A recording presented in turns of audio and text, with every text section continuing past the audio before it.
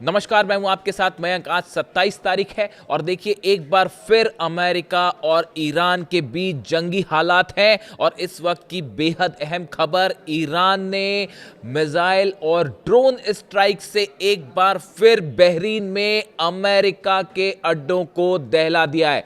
देखिए ये सुबह ईरान की तरफ से, ईरान की सेना की तरफ से इस तरह की जानकारी सामने आई थी कि अमेरिका के बेसिस को नुकसान पहुंचाया गया है।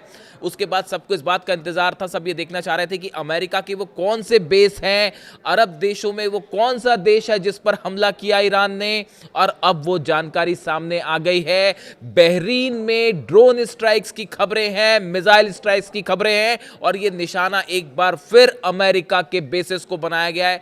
देखिए बहरीन में 5th फ्लीट का ऑफिस है, हेडक्वार्टर है, जिसको कम से कम 10 बार अब तक ईरान निशाना बना चुका है। अगर हम ये सेकेंड जो जंग हुई अभी 40 दिन की पिछली सीज फायर के पहले अगर इसकी बात करें, 10 बार बहरीन के नेवल हेडक्वार्टर को, 5th फ्लीट के ऑफिस को निशाना बनाया गया है। और आज एक बार फिर ईरान ने अपने ड्रोन से शाहिद 136 ड्रोन और खैबर मिसाइल का भी इस्तेमाल किया गया है और एक बार फिर बहरीन में अमेरिका का बेस धू धू कर जल रहा है। उसकी तस्वीरें भी बाहर आनी शुरू हो गई हैं और काला धुआं उठता हुआ दिखाई दे रहा है। देखिए अमेरिका ने ईरान के सिरिक आइलैंड पर हमला किया। ये जो हमले हुए ये मिसाइल सेंटर्स पर हुए, जहां पर मिसाइल लॉन्चर्स होते हैं उस पर हमले किए गए, ड्रोन्स जहां से लॉन्च किए जाते हैं उस पर हमले किए गए और रडार फैसिलिटी को निशाना बनाया गया सिरिक आइलैंड। इसके फौरन बाद ईरान की तरफ से कदम उठाया गया। बताया जा रहा है कि अहमद वाहिदी साहब IRGC के जो चीफ है उन तक जैसे ही ये खबर पहुंचाई गई कि ये हमले हुए हैं, उन्होंने फौरन रिटेलिएशन के आदेश दिए और बिना देर गंवाए ईरान की नेवी की तरफ से हमले किए गए। अब ये बड़ी गौर करने वाली बात है, जो ईरान कह रहा है कि इस बार जो रिटेलिएशन किया है वो ईरान की नेवी ने किया है। और ईरान की नेवी ने क्या किया? ड्रोन्स फायर किए हैं, मिसाइल्स फायर किए हैं, जो कि बहरीन में अमेरिकी अड्डों पर गिर गई। उसके धुएं की तस्वीरें बाहर आ रही हैं, वो दिख रहा है, गिर गई फिर से मिसाइल, वो नहीं रोक पाए, ड्रोन्स भी नहीं रोक पाए और वो बहरीन में हिट किया है और उसमें तस्वीरें धीरे धीरे बाहर आने लग गई हैं। मुझ तक कुछ लोगों ने भेज भी दी है वो तस्वीर, कंफर्मेशन आएगा दिखाएंगे आपको वो तस्वीर। अब हकीकत ये है कि एक बार फिर देखिए बहरीन में 5th फ्लीट का ऑफिस है, अमेरिका का सबसे बड़ा नेवल बेस बहरीन में, उसको बार बार हिट किया जा रहा है। बड़ी साधारण सी बात है, वहाँ पर पेट्रियट भी लगा होगा, थार्ड भी लगा होगा, बहरीन ने भी अपने कुछ डिफेंस सिस्टम जो कि अमेरिका से खरीदे हैं वो वहाँ लगाए होंगे। उन सबको एक बार फिर फेल करते हुए ईरान के मिसाइल भी गिर गई है और ड्रोन भी गिर गए। अब गौर करने वाली बात है, ये हमला किसने किया है? बताया जा रहा है ईरान की नेवी ने किया है। जो ट्रंप दावा कर रहे हैं कि ईरान की नेवी को हमने ख़त्म कर दिया है, ईरान की नेवी अब जो है हमला करने की क्षमता उसमें नहीं रही और ईरान का जो है हम पूरे जहाज़ों को ख़त्म कर चुके हैं, ऐसा वैसा जो तमाम दावे कर रहे हैं ट्रंप, आज उसी ईरान की नेवी ने दिखा दिया कि कैसे हमले हो सकते हैं और कैसे अमेरिका के बेसिस जलाए जा सकते हैं। और सब के सब अमेरिका का डिफेंस सिस्टम एक बार फिर जो है वो धरा का धरा रह गया। अब उसके बाद देखिए, अब अमेरिका ने हमले किए थे क्योंकि ईरान ने कल एक जहाज़ को निशाना बनाया। आप वहाँ बिना ईरान की परमिशन के जहाज़ निकाल रहे थे, ईरान की सेना ने मना किया, फिर भी जहाज़ निकालने की कोशिश हुई, ईरान ने ड्रोन स्ट्राइक्स करी। बदले में अमेरिका के फाइटर जेट्स ने हमले किए, अमेरिका के F-35 फाइटर जेट्स ने जो सिरिक आइलैंड पर हमले हुए, इसमें मिसाइल्स फायर की गई हैं। F-35 जेट्स का इस्तेमाल किया गया जो कि टेक ऑफ किए कई जगह से और हमला किया गया। उसका जो रिटेलिएशन था वो चंद मिनटों बाद ईरान ने दाग दिया है।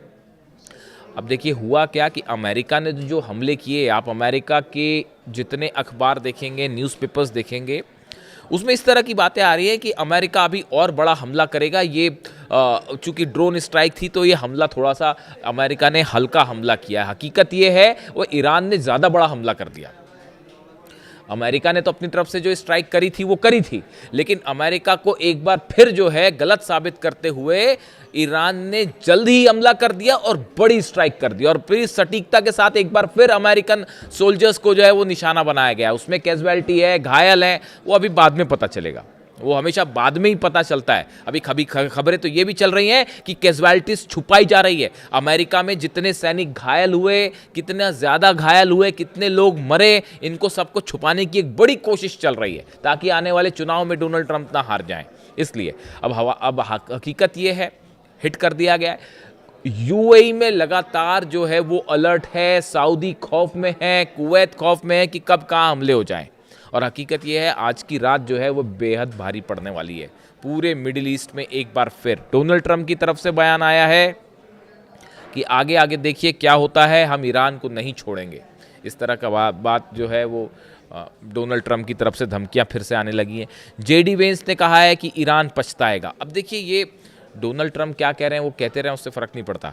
सवाल ये है कि ये बयान इंपॉर्टेंट क्यों है। ये बयान इंपॉर्टेंट ये है कि ये इस ओर इशारा कर रहे हैं कि जिस एमओयू पर साइन हुआ था वो अब डिरेल हो गई, बात वो डिरेल होती जा रही है। और अब मामला फिर से एक बार जो है वो, विश्वास तो पहले ही नहीं था साहब, लेकिन अब ये है, हालात ये है कि वो फिर से मामला उस जंग की तरफ तेजी से बढ़ता दिखाई दे रहा है। कई सारे डेवलपमेंट्स ऐसे हैं जो इस ओर इशारा कर रहे हैं कि जिस डील और एमओयू की चर्चा है वो फेल होनी तय है। अब आप देखिए इसमें कुछ तरह की जो नए डेवलपमेंट्स हैं, एक तो तुर्की को लेकर बड़े खबरें हैं कि तुर्की की डिफेंस इंडस्ट्री जो है, देखिए नेटो की समिट होने जा रही है अगले महीने अंकारा में, राजधानी में, तुर्की में। और वहाँ पर जो है नेटो चीफ का जो बयान आया है, जो उनके इशारे आए हैं, उसके मुताबिक अंकारा में नेटो समिट के दौरान एक बड़ा डिफेंस इंडस्ट्री डे होने जा रहा है जिसमें हथियारों की दुनिया भर की, खासकर नेटो देशों की कंपनीज आएंगी और कई कॉन्ट्रैक्ट्स होने वाले हैं, डिफेंस डील होने वाली है। और बताया जा रहा है कि अमेरिका ने जो है वो मुहर लगा दी है। डोनाल्ड ट्रंप ने तुर्की को 6,600 करोड़ के जेट इंजन्स देने के लिए जो है वो स्वीकृति दे दी है, उस पर मुहर लगा दी है। कान जो फाइटर जेट है तुर्की का, कान नाम है उसका, उसमें जो है जो जेट लगेगा उसकी रिक्वायरमेंट थी तुर्की के लिए, तो वो देने के लिए तैयार हो गया है अमेरिका। और 6,600 करोड़ की डील होने जा रही है। नेटो की वहाँ समिट हो रही है, उसके पहले आप देखिए ये जो करीबी जताने की कोशिश कर रहे हैं ट्रंप तुर्की के साथ, ये कई सारे मिडिल ईस्ट में पावर बड़ी तेज़ी के साथ चेंज हो रहा है। देखिए ये एक जो खबर थी, मैंने आपको सुबह ही, आज जो पहला वीडियो बनाया था सुबह हमले के बाद, उसमें मैंने आपको ये कहा था कि अमेरिका के जो बेस खाली करने वाली बात आ रही है, दरअसल अमेरिका वो बेसेस हटाना चाहता है जिस पर ईरान हमला कर रहा है। देखिए वो अभी दोपहर होते होते तक खबर कन्फर्मेशन आ गया उसका।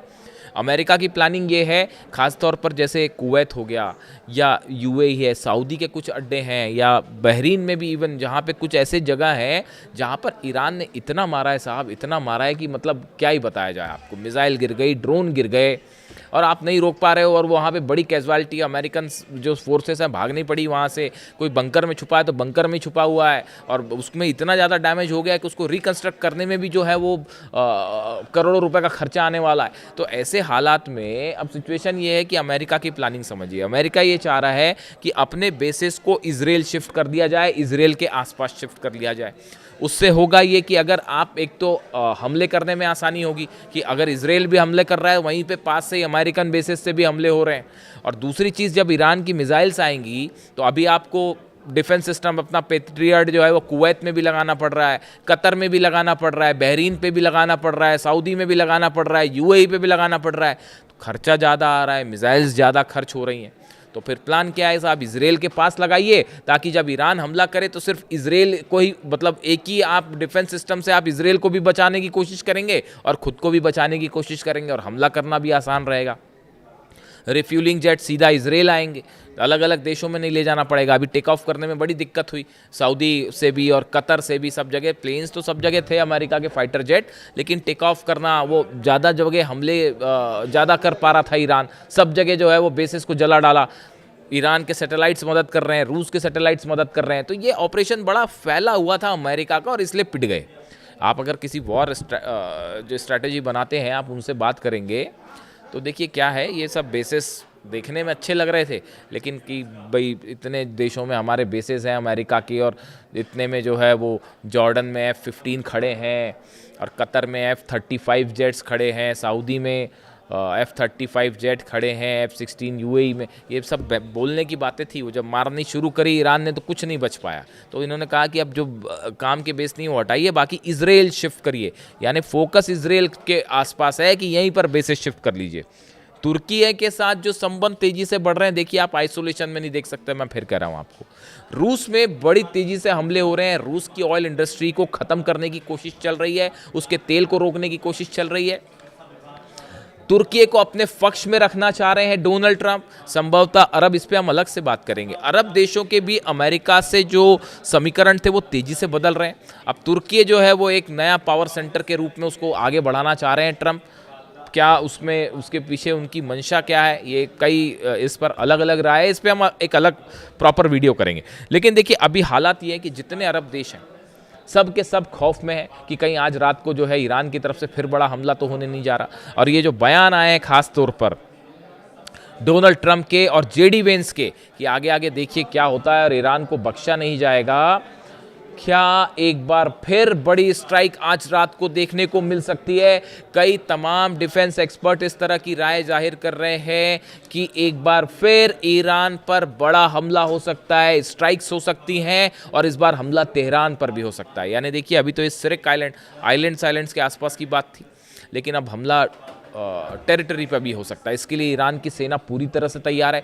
ईरान के सारे कमांडर्स को सुप्रीम लीडर की तरफ से आदेश आ चुके हैं कि जो भी जैसा भी हमला होता है उसका फौरन जवाब दिया जाए और करारा जवाब दिया जाए। आईआरजीसी के तमाम कमांडर्स यही बयान दे रहे हैं कि अब की बार अगर हमला किया तो जंग वैसी नहीं होगी, हमले वैसे नहीं होंगे जैसे पिछली बार हुए, उससे कहीं ज्यादा बड़े हमले करेगा ईरान। इस तरह की बातें सामने आ रही हैं। जब से सीज फायर हुआ है उस सीज फायर के अगले दिन से ईरान में ड्रोन चाहे बनाना हो, चाहे मिसाइल्स हो, चाहे डिफेंस सिस्टम हो, हर दिशा में ईरान तेजी के साथ इस बात के लिए तैयार हो रहा है कि जंग हो सकती है। ऐसे ही इंडिकेशन तमाम इंटरनेशनल जो एजेंसीज हैं, चाहे वो केजीबी हो रूस की, चाहे चाइना की हो, तमाम एजेंसीज इस ओर इशारा कर रही हैं कि ईरान को एक बार फिर नए सिरे से घेरने की कोशिश चल रही है। देखिए जब कोई एमओयू साइन होता है और मामला शांति की तरफ आगे बढ़ता है तो उसके इंडिकेशंस देखने को मिल जाते हैं। लेकिन यहाँ हालात ये हैं, अमेरिका अपने एयरप्लेन्स की, अपने सैनिकों की, रिफ्यूलिंग जेट्स की, रडार्स की रीपोजिशनिंग में लगा हुआ है कि एक नए तरीके से ईरान पर हमला किया जाए। तो उसके लिए बहुत ज़रूरी है। देखिए कभी भी जब जंग होती है तो उससे क्या होता है कि आपने अगर कोई मिसाइल फायर की तो जो दुश्मन देश होते हैं, बड़ी सारी एजेंसीज जो हैं वो इस बात का अंदाज़ा लगाती हैं ये किस बेस से फायर हुआ, कौन से टाइप की मिसाइल फायर हुई, वो कितने एल्टीट्यूड पर जो है ऊपर तक गई, कहाँ पर उसने हिट किया, क्या उसको रोक पाया, डिफेंस सिस्टम नहीं रोक पाया। चीन ने इस हमले के दौरान, चीन और रूस ने अमेरिका की जितनी मिसाइल्स फायर की गई, जिन लोकेशन से मिसाइल फायर की गई, जिन बेसिस से फायर की गई, एक एक चीज़ को डिकोड कर लिया है। यहाँ तक कि F-35 जेट्स जो गिरने शुरू हो गए, उसकी बड़ी वजह ये थी उसका हमला करने का पैटर्न जो है वो ईरान भी अब अच्छे से समझ चुका है और उसका बड़ा एनालिसिस किया गया है कि कैसे अमेरिकन जेट्स को फंसाया जाए और गिराया जाए। यही वजह थी कि 42 प्लेन गिर गए। और अब हालात ये है कि अगर अमेरिका की तरफ से, पहली बात तो हमला जो कुछ हुआ उसमें जहाज़ का कहा गया कि ईरान ने जो है वो जहाज़ पर हमला किया, ड्रोन स्ट्राइक की, इसीलिए हमने हमला किया, जबकि हालात जो हैं वो इससे कहीं ज़्यादा आगे बढ़ चुके हैं। चाहे एमओयू को लेकर हो, एमओयू की शर्तें हों, और चाहे हॉर्मूज़ हो, हॉर्मूज़ में हालात बेहद तनावपूर्ण हैं। दोनों तरफ से जहाज़ फंसे हुए हैं, किसी की हिम्मत नहीं हो रही वहाँ पर जहाज़ों को लेकर आगे बढ़ने की कि कब कौन कहाँ से स्ट्राइक कर दे। और ऐसे में वो नए रूट की जो बात है वो भी फंस चुकी है। यानी हॉर्मूज़ में जंगी हालात हैं, पूरा तेहरान ईरान अलर्ट पर है, अमेरिका की तरफ से धमकियां आ रही हैं, अमेरिका के राष्ट्रपति की तरफ से धमकियां आ रही हैं, बहरीन में बेसिस जल रहे हैं, अरब देश खौफ में कहीं हमला ना हो जाए और आज की रात एक बड़ा हमला फिर देखने को मिल सकता है। जो भी अपडेट होगा आप तक पहुंचाऊंगा। वीडियो कैसा लगा ज़रूर बताएं। Thank you so much.